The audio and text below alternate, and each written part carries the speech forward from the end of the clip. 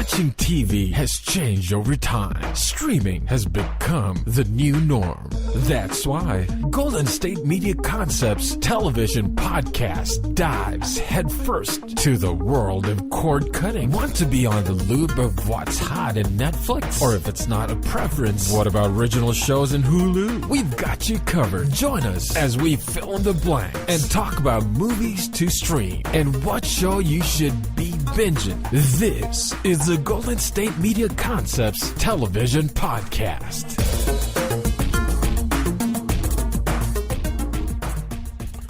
Greetings, good people of the planet Earth and the known universe.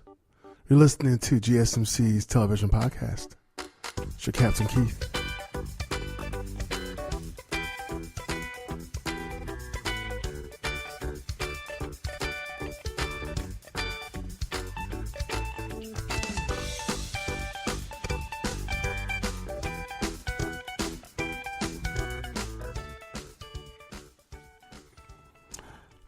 Yes, this is your Captain Keith, and on deck today for television, American Soul and Happy. American Soul's on the BET network. It's the semi-autobiographical story of Don Cornelius and how he created Soul Train. And Happy, Netflix series. Well, I saw it on Netflix. It's a SyFy Network original series. Dark comedy, cop, fantasy TV show. So I don't know where I want to start because I've enjoyed both shows actually immensely.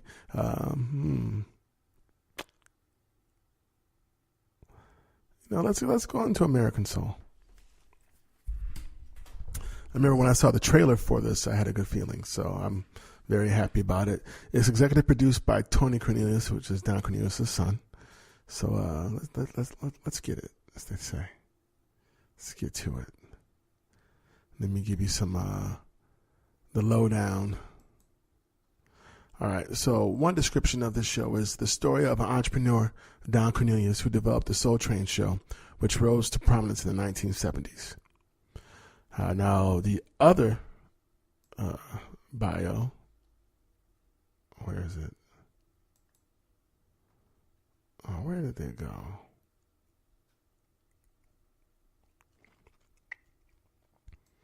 I must have erased it by accident. One moment, folks.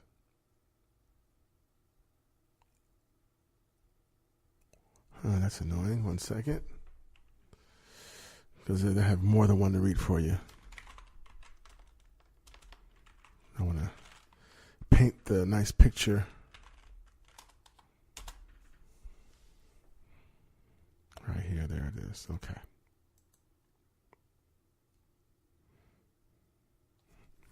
So the more detailed description is, this scripted drama combines fictional and real-life characters and moments to tell the story of a young, ambitious, and troubled entrepreneur who created Soul Train, one of the most predominant television shows for African-American culture, set in the early 1970s and filled with music, dance, fashion, and glamour.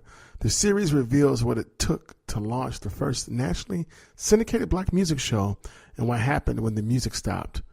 Through it all, 30-something Don Cornelius sacrifices all that he loves to follow his dream. That's a great description.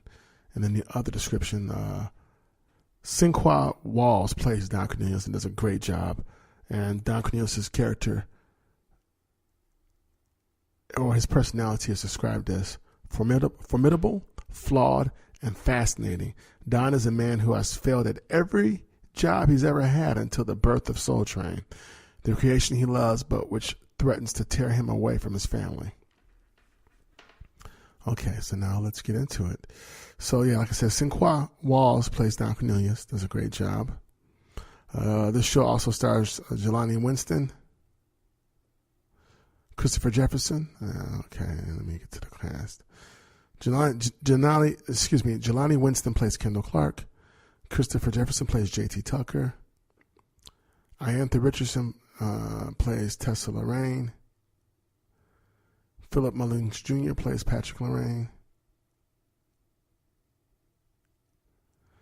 And Perry Camper plays Dolores Cornelius. I believe that's his wife.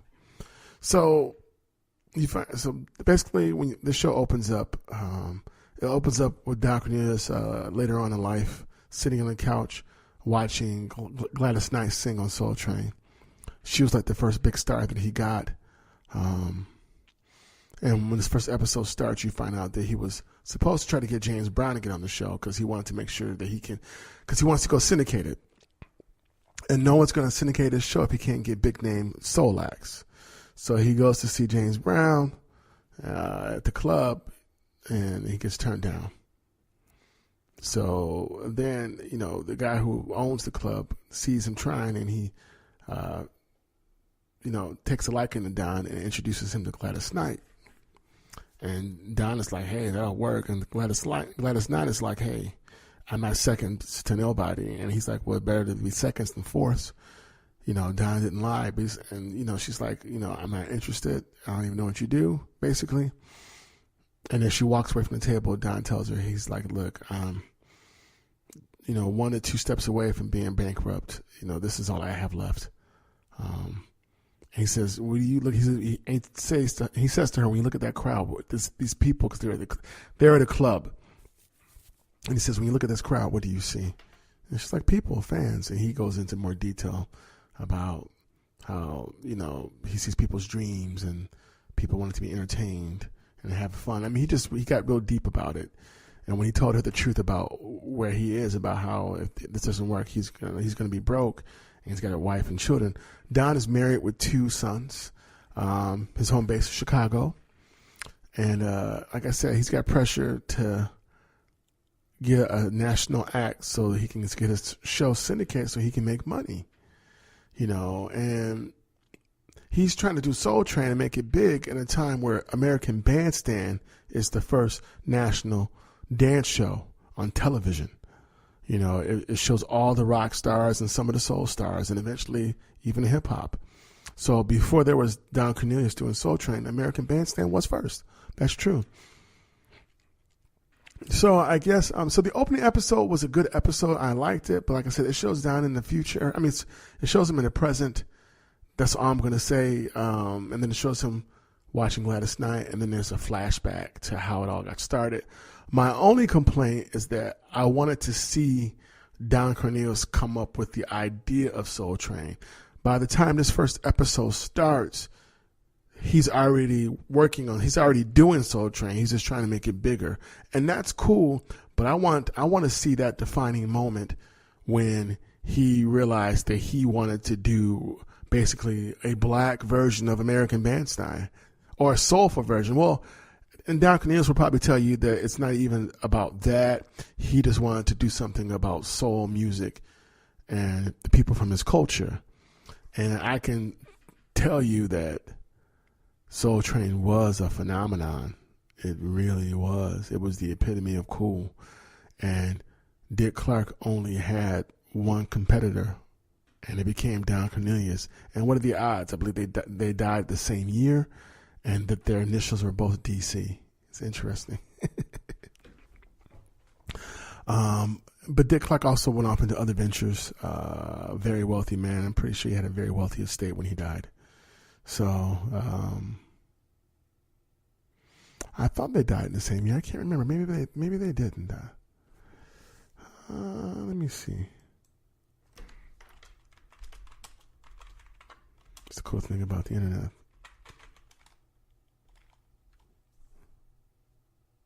Let's see. Yeah, they did die in the same year. Yes, they did. Yeah, they sure did. 2012.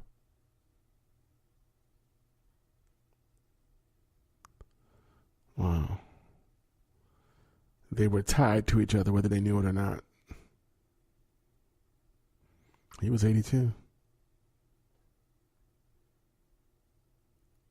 Crazy stuff.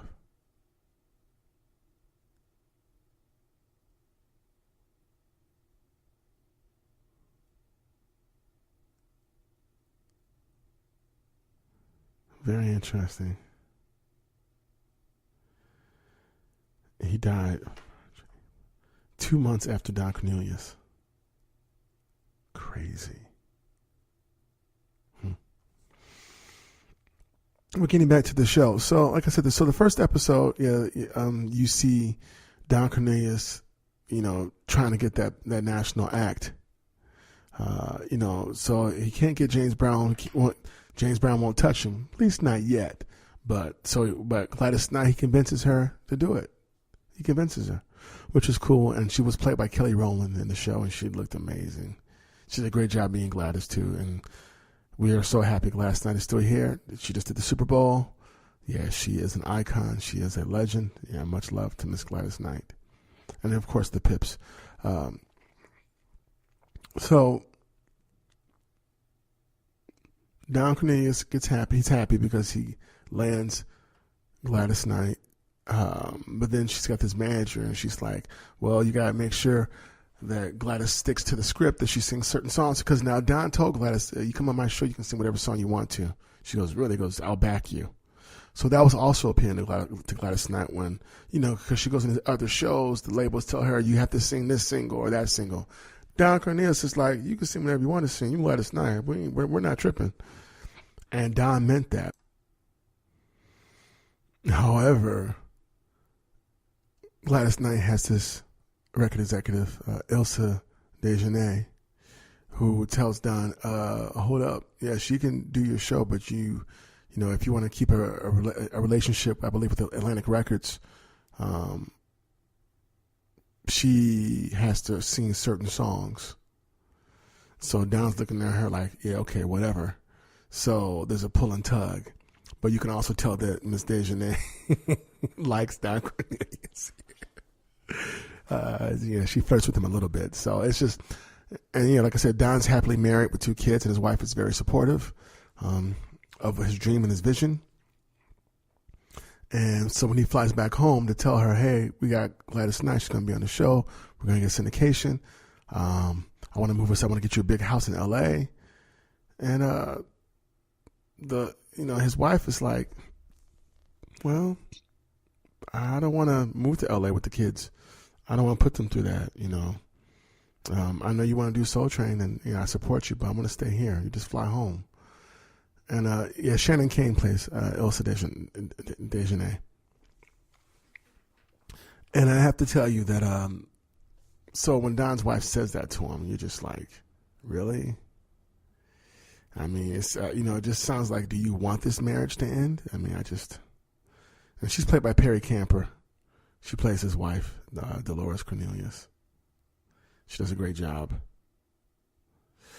So that creates some strain with his marriage. So and then Don invites her out. He invites his wife out to a club where Don's gonna watch. What happened that night? Was he watching Gladys perform, or it was a club and there was a celebrity function going on, and Don wanted her to be there. And so she gets, a sitter, and she shows up in her dress, and she's ready to come in, and she sees Don, and she sees a woman talking to Don, and the woman goes and she kisses Don. So she just walks off and leaves. She doesn't make a scene or nothing. What she didn't see, though, was Don told the lady, thank you, but no thank you, because he's happily married. So he gets back home, and he tells her, how it went, and they kind of get into an argument because, Don he wants her to come to L.A., and she's like, no. And she's like, you're probably going to leave me for Soul Train.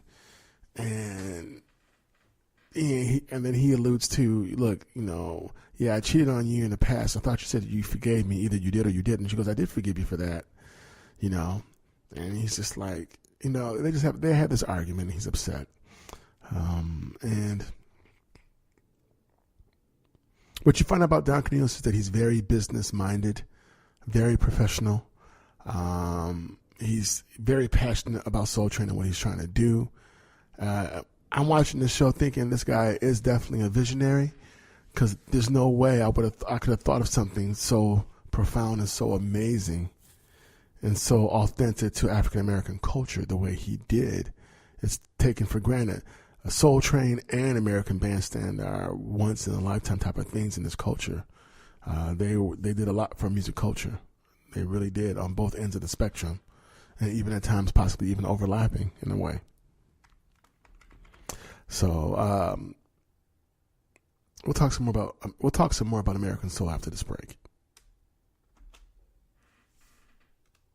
Want to know the latest and hottest music hitting the airwaves? Don't be left out. Listen to the Golden State Media Concepts Music Podcast. Keith keeps you on the loop with everything you need to know from pop, rock, hip-hop, and the top 40. And we'll throw in news of your favorite artists, concert and tour dates, and so much more. Listen no further, because this is the gold standard in music podcast.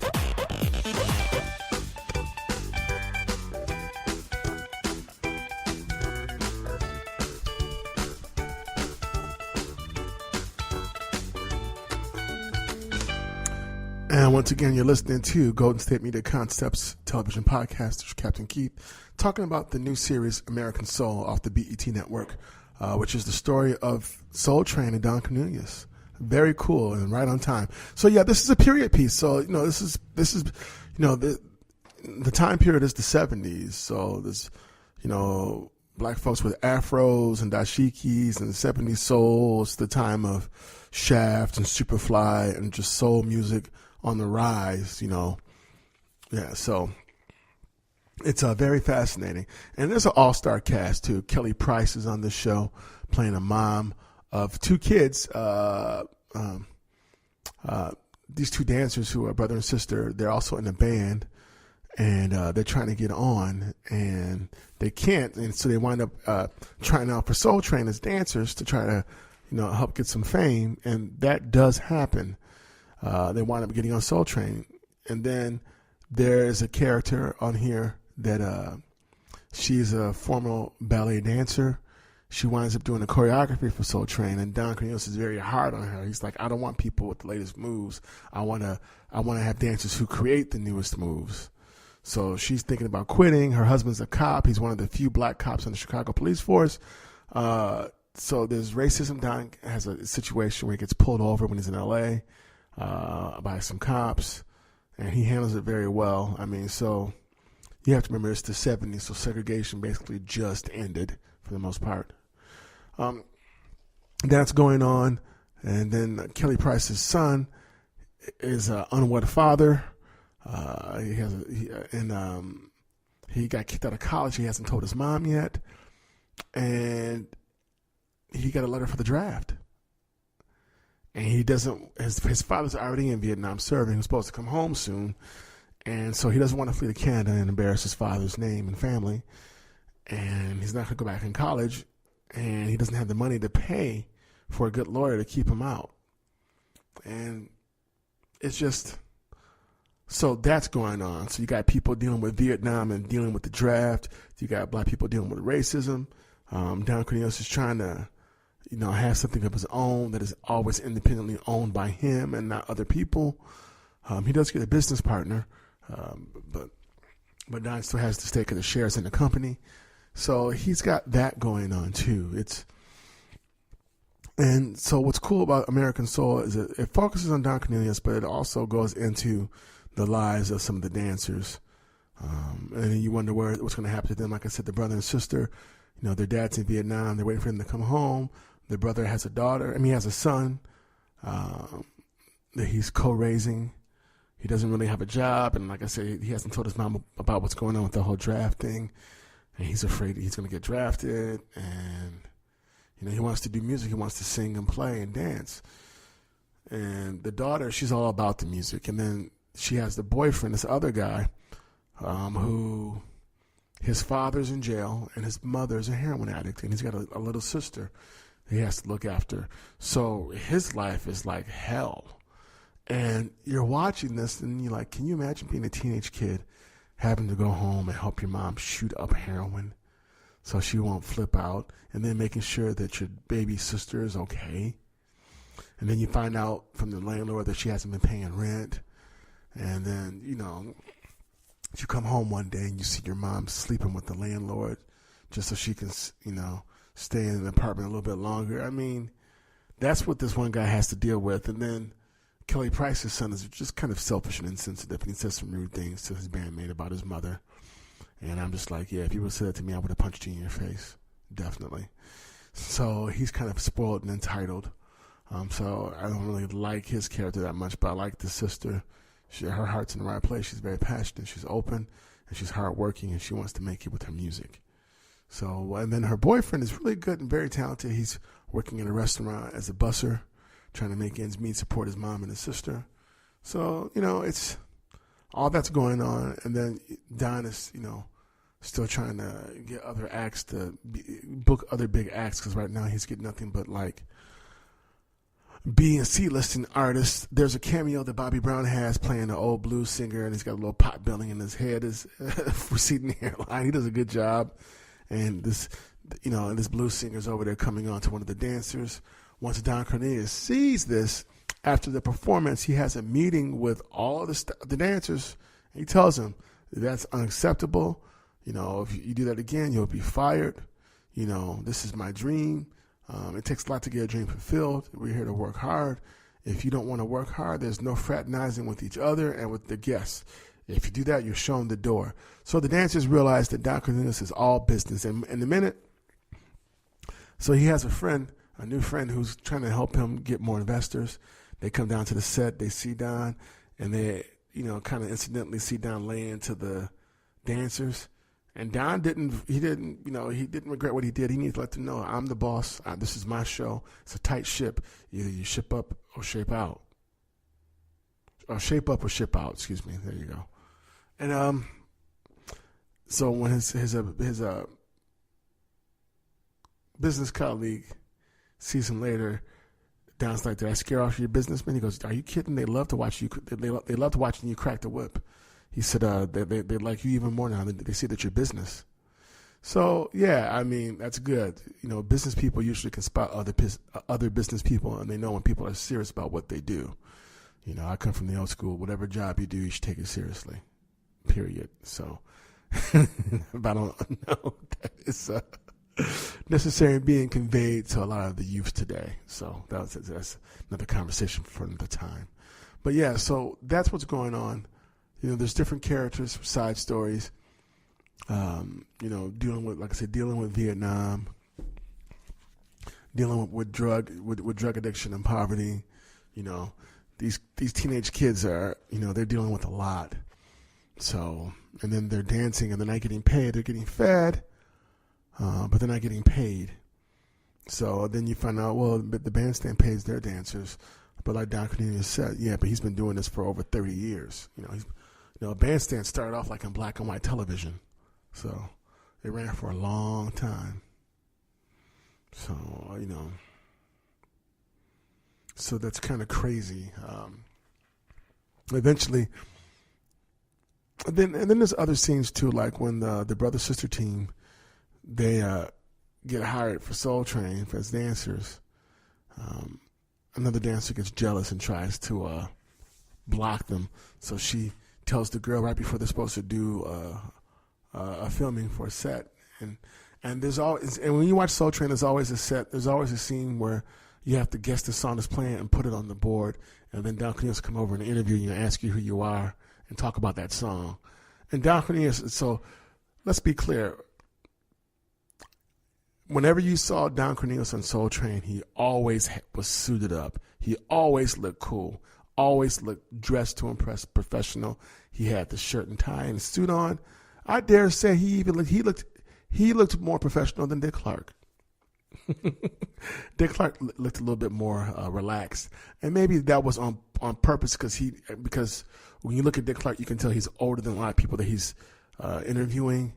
So maybe he was going for more of a youthful look. I would not be surprised. And he did have a youthful look. Dick Clark looked the same for a long time, like he didn't even age. It was crazy. There was almost like running jokes about that. So, but yeah.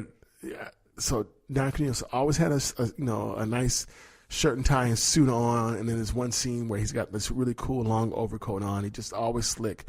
And he might be yelling at someone on set for a second, but the minute the camera was rolling, he's smiling and talking on the microphone. And you're just there, and you're like, and you always felt like, yeah, I want to meet that guy. I like this guy. These dancers are awesome. There's a scene where you see the dancers in between. They're on a break from commercial, and they're just dancing and grooving, and they form this line. And then like the director's like, I'll stop that down. He goes, no, keep it. It's cool. It looks good. It's natural. And that's how the Soul Train line came, where people, the dancers there'd be a line on both sides to the room. So the dancers would be standing across from each other. They would form a line and they just start dancing, and everyone would get a turn to come down the middle and do their thing. And that just became like a standard on dance television. And it was cool to watch how Don was like, no, just leave it. It's cool. Yeah, I like it. Keep it. Tape that. Get that on tape. So all these little things that you see are happening. And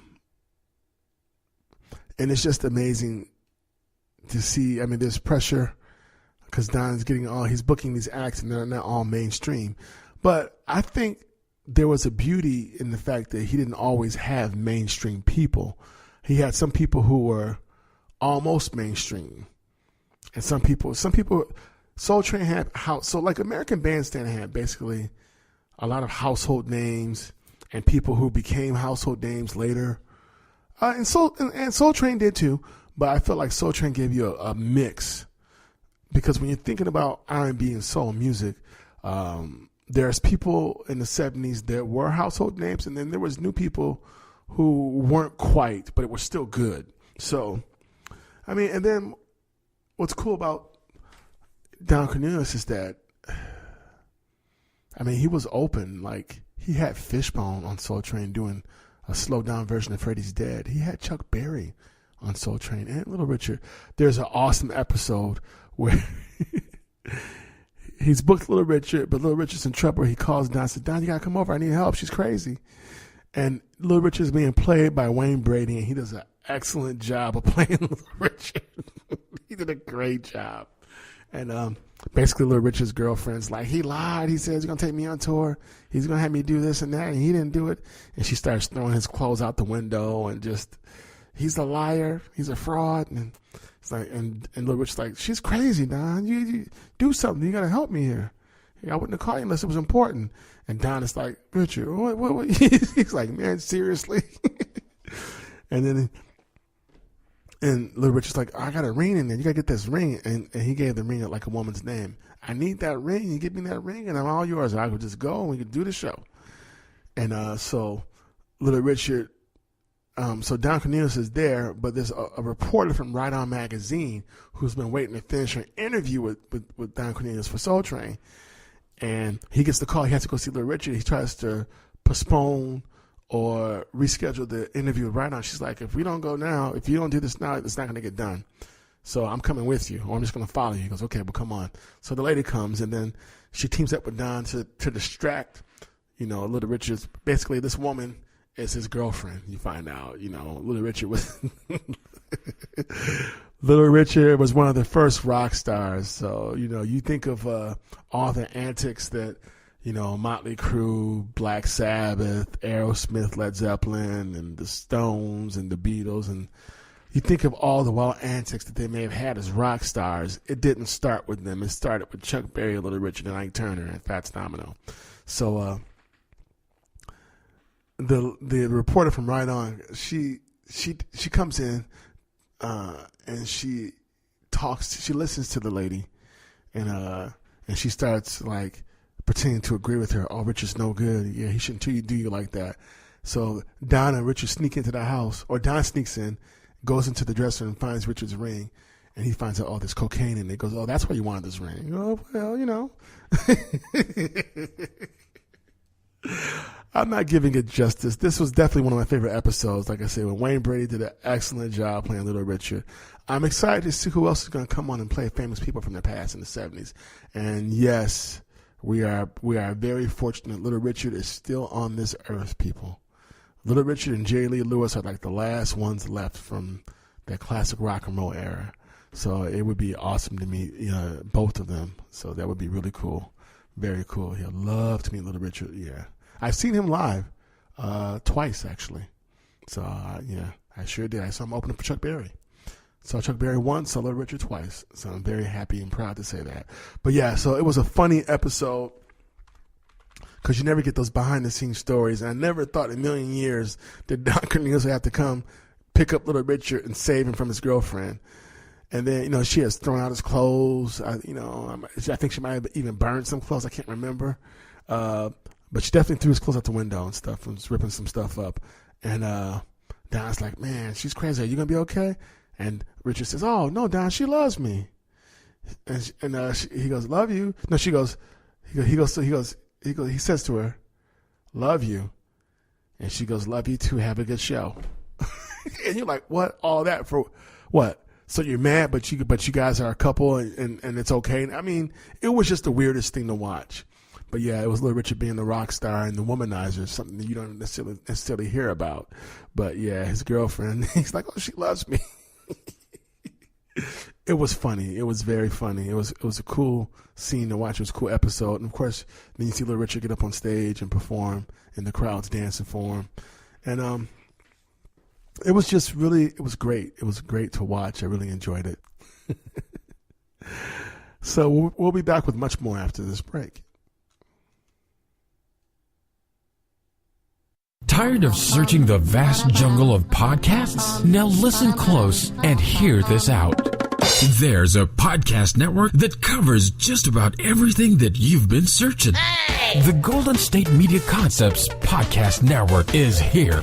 Nothing less than a podcast bliss with endless hours of podcast coverage. From news, sports, music, fashion, cooking, entertainment, fantasy, football, and so much more. So stop lurking around and go straight out to the Golden State Media Concepts Podcast Network. Guaranteed to fill that podcast itch.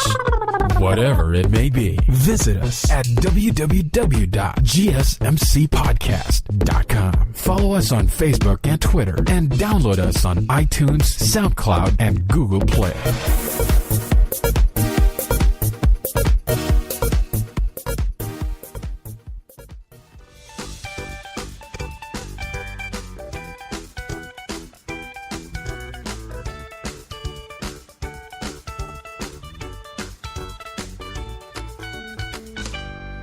And once again, you're listening to Golden State Media Concepts Television Podcast. This is Captain Keith.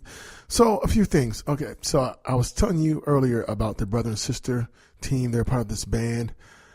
So their names on the show are Tessa Lorraine and Patrick Lorraine. Patrick is the guy who's a unwed father who might be going to Vietnam for the draft. Tessa's his sister. And then JT Tucker he's the other guitar player. And singer, and that's Tessa's boyfriend. He's the one who has the mom who's hooked on heroin. And he's got to watch his younger sister. Sinqua Walls plays Don Cornelius. Sinqua Walls is also known for playing Sean on Power.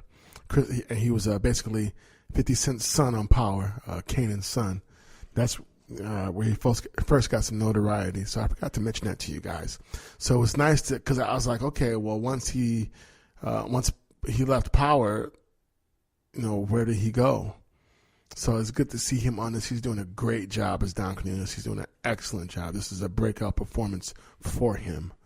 So, and Kelly Price plays Mrs. Lorraine, Tessa and Patrick's mom. So, you get a chance to see her sing later on too. So it's going to be fun to see who else famous pops up playing somebody else famous in the show. So that's fun seeing today's modern artists play the old school artists from back in the day. It's just really cool. So, but yeah, it's a good show. I've got like maybe one more episode or two more episodes left to watch. I'm almost done with it. I will be buying this on DVD. BET knocked it out of the park with this. I did not see this series coming. I'm glad they did it. It was definitely worth it. Once again, it's called American Soul, and it's the Don Cornelius Soul Train story. And it's very riveting already, very fascinating. And, it's also about, being an artist and having a vision and having a dream. And how hard are you willing to work? And what are you willing to sacrifice? And what would you have to sacrifice? Those are the questions you have to ask yourself. And as I said, too, let's see if I could find her name, the choreographer.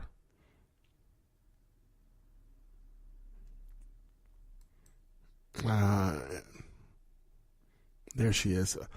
She's played by Shani Roberts, and I believe her name is Andrea Tucker. And you find out, I mean, they get into her past too. So the ensemble cast is great. This series does a great job of it keeps the focus on Dom, but it gives you just enough about everybody else as well. It's a good show. You get to learn about everybody and how they all contribute to Soul Train becoming the success that it's going to be and that it becomes. So at first, she didn't like Don Cornelius, so she was about ready to quit.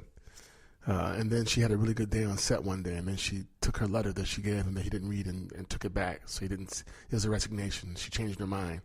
And she made things better, and then Don eventually would give her compliments. Don was hard-nosed. If you were screwing up, he'd tell you. But when you did right, he'd tell you. So he was fair. And she found that out because he's like, you did a good job with that. So, so it was interesting. And then, she saw that he was softening up a little bit. So it was cool. It's, I like it. I can't wait for season 2. I can't wait to finish these last 2 episodes, but I definitely recommend it. If you're looking for something different, if you like period pieces and historical, factual pieces about pop culture, especially in in this country in America, this is a great thing. They were doing one on Bandstand, but it got canceled on ABC. And I had planned on watching that one because I think Usher played Marvin Gaye. So I want to see that too. But I love stuff like this. But I'm very, very, very happy with American Soul. Like I said, it's one of those things when you watch a trailer to a TV show or to a movie and you get a good feeling about it. I mean, that's how I felt when I saw the trailer for it. And when I start watching it, I was not disappointed at all. So there that is. And now let's talk about Happy. SyFy original series. Original series off the SyFy network. And let's get to the description of Happy. An injured hitman befriends his kidnapped daughter's imaginary friend, a perky blue flying unicorn named Happy. That's one, description. Based on the graphic novel of the same name, Nick Sachs is a corrupt, intoxicated ex-cop turned hitman who is adrift in the twilight world of casual murder, soulless sex, and betrayal. After a hit goes wrong, Nick finds a bullet in his side, the cops and the mob on his tail, and a monstrous killer on the loose. But his world is about to be changed forever by a tiny imaginary blue-winged horse with the relentlessly positive attitude named Happy. On their journey, they must contend with a laundry list of enemies, including angry mobsters, ex-mistresses, ex-wives, and one very bad Santa. I mean, yeah, that's a great way to describe the show. It stars Christopher Maloney, formerly of Law & Order SVU fame, and before that, Oz. Great actor. He does a great job on this show. Yes, he does. Like him a lot on this. It's just, even the opening episode, you see him, I guess he's taking drugs, and then there's this scene where he shoots himself in the head, and then all this crazy blood bubbles and balloons come out of his head, and he's fantasizing. It didn't really happen. He's looking in the mirror. Nick Sachs, but yeah, he does dumbed down, he dogged out, dirtied up, rotten. He does it beaten up. He does it haggard cop, drugged out cop very well. And Lily Mirochnik plays Detective Meredith McCarthy. Patton Oswalt is actually the voice of Happy. Does a great job. Medina Singhor plays Amanda Hansen. She does a great job.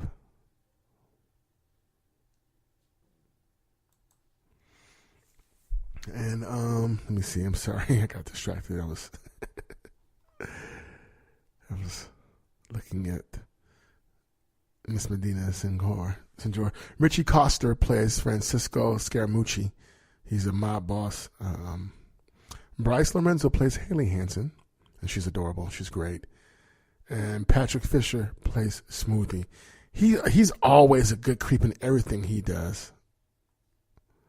Yeah, he's got that look, man. He's got that look.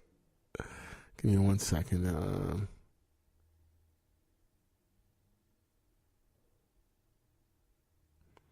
Let's see. Yeah, so this novel's adapted from a Grant Morrison story, apparently. So, it opens up, like I said, he's in the mirror, imagining killing himself and dancing around. But that didn't happen, so that was strange. And you find out, this guy who looks like homeless and he's drugged out is a hitman.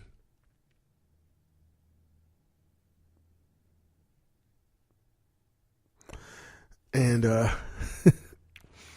there's another scene that happens where these guys are at a restaurant, and the three guys, they're brothers, Italian restaurant, and their younger brother comes in and they're talking to him and they're making fun of him because he's the college guy, and they're like, the godfather died. I think that was their grandfather, and he had a password he's supposed to, and the younger brother has the password.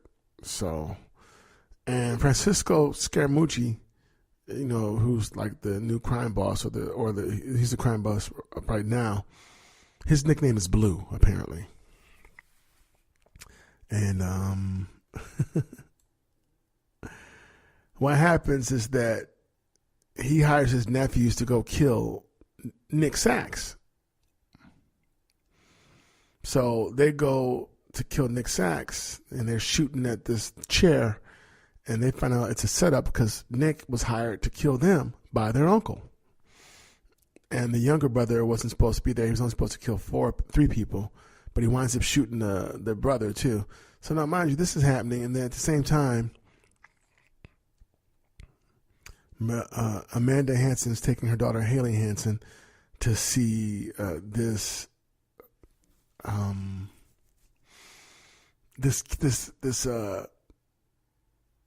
he's a celebrity for kids. I forget what his name is. Wishy, or I think his name is something like that. And so Haley takes her daughter. Amanda takes her daughter Haley to this concert, like in New York Park, in Central Park or somewhere. I believe this is not like done in New York, but it's just somewhere outside. It's like around Christmas time, and but they're all outside, and Haley's all excited, and she talks to Happy, but you can't see Happy yet, and the mom's with her there, and the next thing you know, Haley decides, because she can't really see, she decides to try to get closer, so she leaves without telling her mom, and she's with Happy, and they go to another spot by these Christmas trees, I think, and you see this dirty-looking Santa Claus, and he's creepy, and you see Haley talking to the air, and she's like, "What do you mean leave?" Because Happy's like, "Go." And the next thing you know, the Santa Claus looks at her, opens up his coat, and the next thing you know, she's gone. She's missing. He kidnapped her. So Haley's been kidnapped by this creepy-looking Santa guy. So that's happening. Nick, like I said, he shoots all 4 brothers. These the 3 of them were trying to. The 3 of them were supposed to try to kill him. He turned the tables on them because their uncle double-crossed them. And then the 4th one he shoots, and he falls outside of the window onto this car. Everyone thinks he's dead, but he's not. But at first, it appears that the 4th son is dead. You find out that their mother, who was a mob wife, she's on the Real Housewives of like New York or Jersey show, and the other girls are talking crap about it, like, "Oh, but we feel bad because she lost all 4 of her sons. That's horrible." I mean, and that is horrible, right? I mean, who has, yeah. So that's going on, and then you see her talking to her mob boss brother, and they blur out his face, and all that whole thing is funny. And Nick did get like shot by the brothers, and he has a heart attack right before he shoots the 4th one. And you find out he's always having these heart attacks, but he never dies. So he's in the ambulance, and the little girl Haley sends Happy out to find help because she needs to get rescued. So, and then Happy's flying through the city looking for people, and some people can see him, other people can't. you find out that he's an imaginary unicorn, a blue unicorn. It's Haley's friend. So he finds Nick. Nick is about to, like, everyone thinks he's dying, but then he wakes up in the ambulance and he points a gun at them. He's like, give me nitro. They give him nitro. He wakes back up and he's popping nitro pills a few times while he's in the ambulance. So he doesn't die. He's like indestructible. Or it kind of feels that way. And then, so he sees Happy and he thinks he's hallucinating. It's like, no, I'm Haley's imaginary friend. He sings this little song and everything. And it's just funny. I mean, if I were to see some blue unicorn, little small unicorn singing at me and talking, smiling, I'm like, yeah, what am I on? Have I lost my mind? What's really going on? It's kind of crazy. Very crazy. More about Happy after this break. Want to find out what movies to go see? Then check out the GSMC Movie Podcast. It's your ticket to the latest movies, whether it's a new blockbuster event, romantic, comedy, or action flick. This show has got it all covered. They talk some what to go see now, don't bother, what's hot on Netflix, and everything in between. That's gsmcpodcast.com/movie-podcast. When it's all about the movies, it has to be this new show. Don't forget to like them on Facebook and follow them on Twitter. Visit gsmcpodcast.com for more info.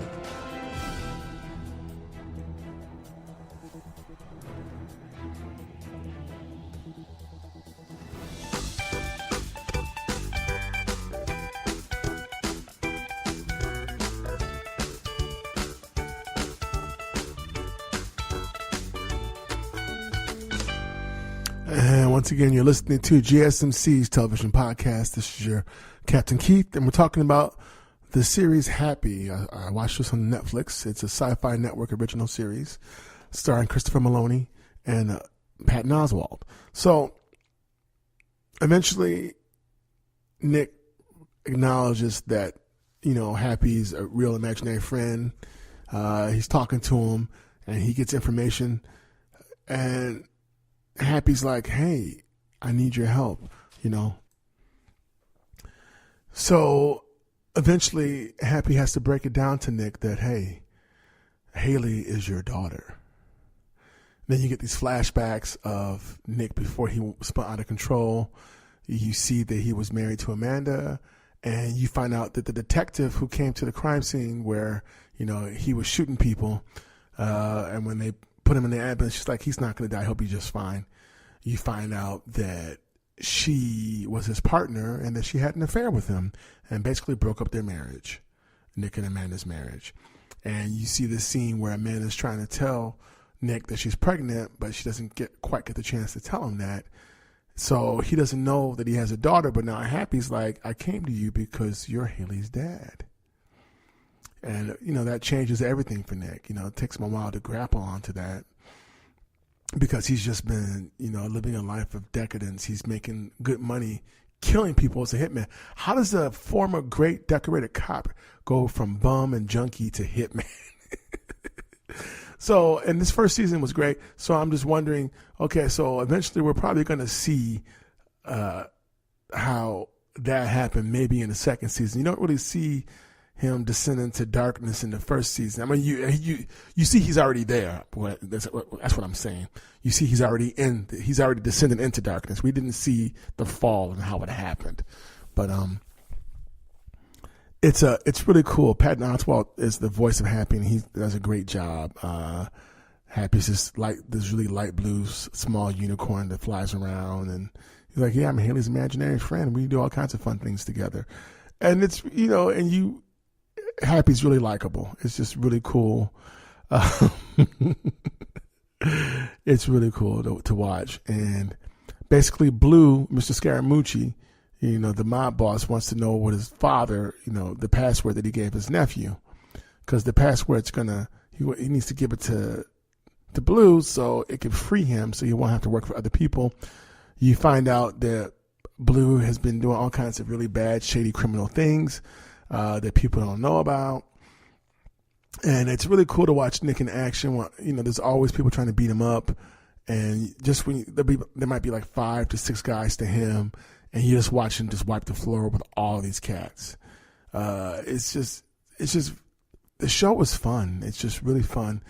And you're like, wow. So this guy who felt like he had nothing in the world just found out that he has this amazing little girl for a daughter who's been kidnapped by this creepy Santa. And now he's got to find her. Now he's got to also talk to his ex-wife and confront her. And he's nervous about that because, it ended badly. And basically, you find out she was hiding Haley from Nick because she just didn't think he'd be a good influence. But she never stopped to think that maybe knowing he had a daughter would be a good influence on him. It would be just the thing he needs to get his life back together again. And when you see this girl, she does a great job. She's adorable. You see her, you just want to spoil her when you see her. Although I was just like, why did you leave your mom at the concert? You don't go off by yourself. So, because now you got kidnapped. So, and then there's other characters. I mentioned, that you should watch out for. Let me go back so I can tell you. Look at the cast. What's his name? Smooth. Yeah, Smoothie. Yeah, you find out why he's Smoothie, and that's creepy when you find that out. Played by Patrick Fisher. He's great. He works for Blue Scaramucci. He's his enforcer. Does a great job. He's really creepy. He just looks creepy anyway whenever I see him. But that's why he's getting these roles, because he plays a bad guy so well. He likes to torture people, kill them, and, mutilate them. That's his thing. There comes a part in the series, in the season, where you find out that Haley's not the only kid that's been kidnapped. That this evil Santa Claus has kidnapped all these other kids, and he doesn't want them to ever grow up. He wants to keep them.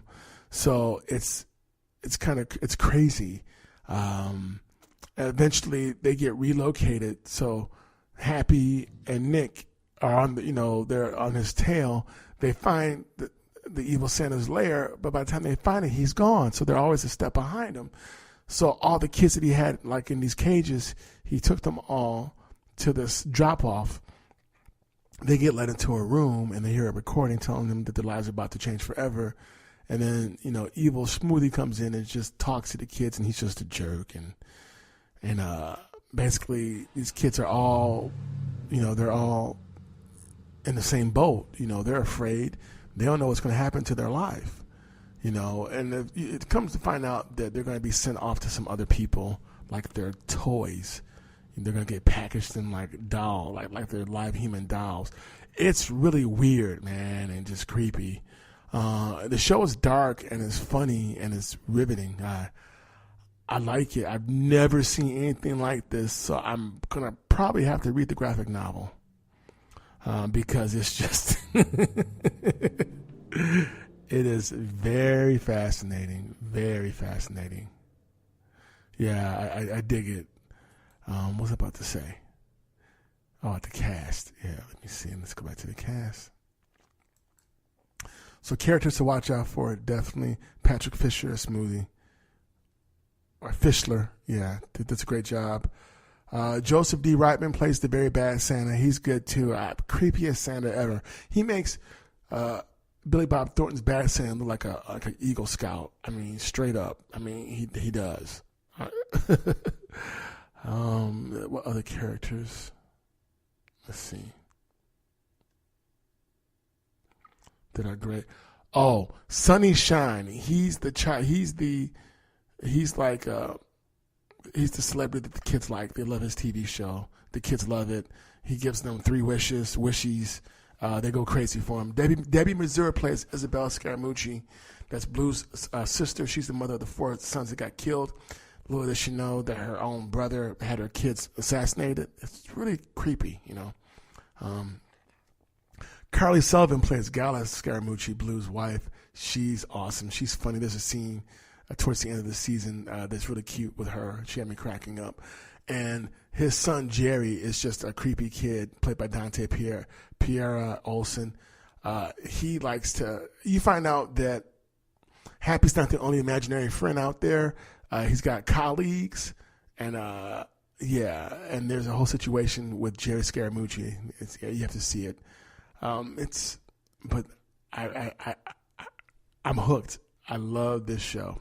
I think my biggest complaint was that there was only 8 episodes and not like 10. So, but Christopher Maloney, who's an executive producer on the show, did a great job. I guess he even directed some of it too. Grant Morrison, who wrote the book, has writing credit on the show. Okay, right on. I believe the season 2 is about to start. So, and Lily Mirochnik, Detective Meredith McCarthy, you find out that she was working for Blue Scaramucci. They're threatening her mom. Her dad was a great cop who got killed in the line of duty. So she wants to be like her dad. So, I mean, there's stuff going on with that. So there's little backstories. And Debbie Mazur does a great job. So Debbie Mazur is Isabel Scaramucci. She stands out. And Medina Singhor as Amanda Hansen, she's great. And yeah, I mean, Patton Oswalt is happy. He's just amazing. I love his voice. He does a great job on this. And of course, like I said, Christopher Maloney is Nick Sachs.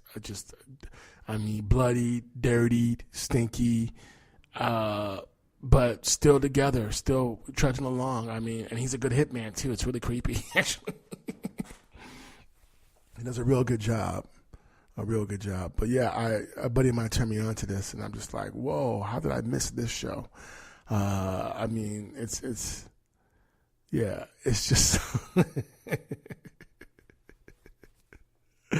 it's just a lot of fun. One of my favorite scenes is Happy goes to a support group meeting with other imaginary friends.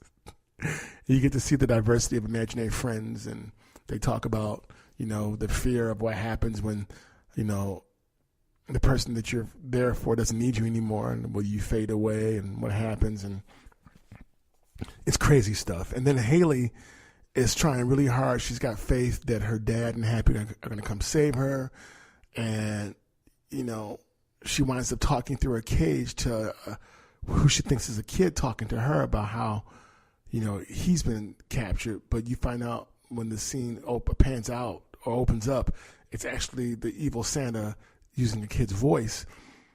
And when she tells him about her dad, he goes and finds her dad, and they get into a fight. It's crazy. It's really crazy. It's really cool. And how the evil Santa can see Happy, because Happy's like, how can you see me? Because most people don't, they don't believe, they don't see. So that's going on. Like I said, the evil Santa's always one step ahead. You find out, though, that he's connected to other people. And it's just, and when so we talked about Sonny Shine, played by Christopher Fitzgerald. Watch him. He does a great job in this.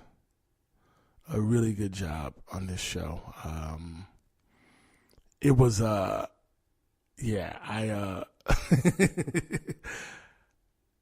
his character was great to watch. His acting was amazing. Very, very, I can't give too much of a description because I'll give it away what's going on. I'll just say check him out. You will be like, whoa. I mean, there's all kinds of twists and turns in this show that you just don't see coming. And I was just riveted. I really was. The flashbacks were good. And like I said, Haley's great because some of the kids are like, oh, just do whatever he says so we don't get hurt. And Haley's like, nah, that's not going to work. This guy's a jerk. Haley's very strong.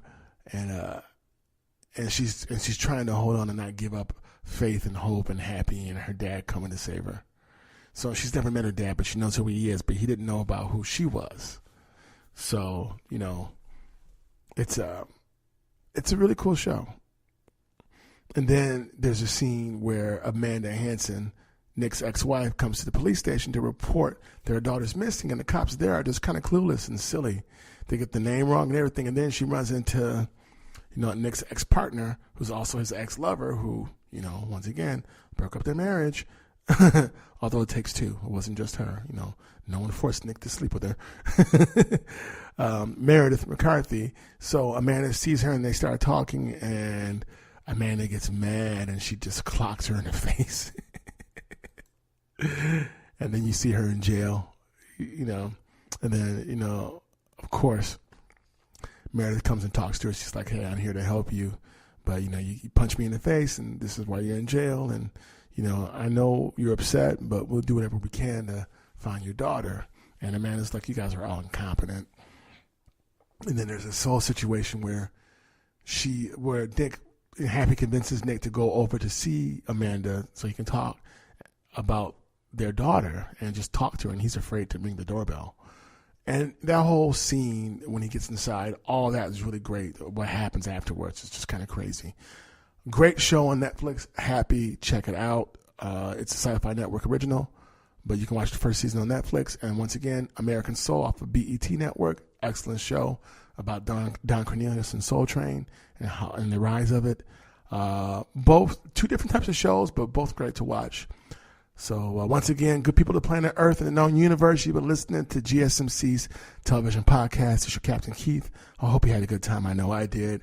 Appreciate you all. Got love for you all. Thanks for tuning in.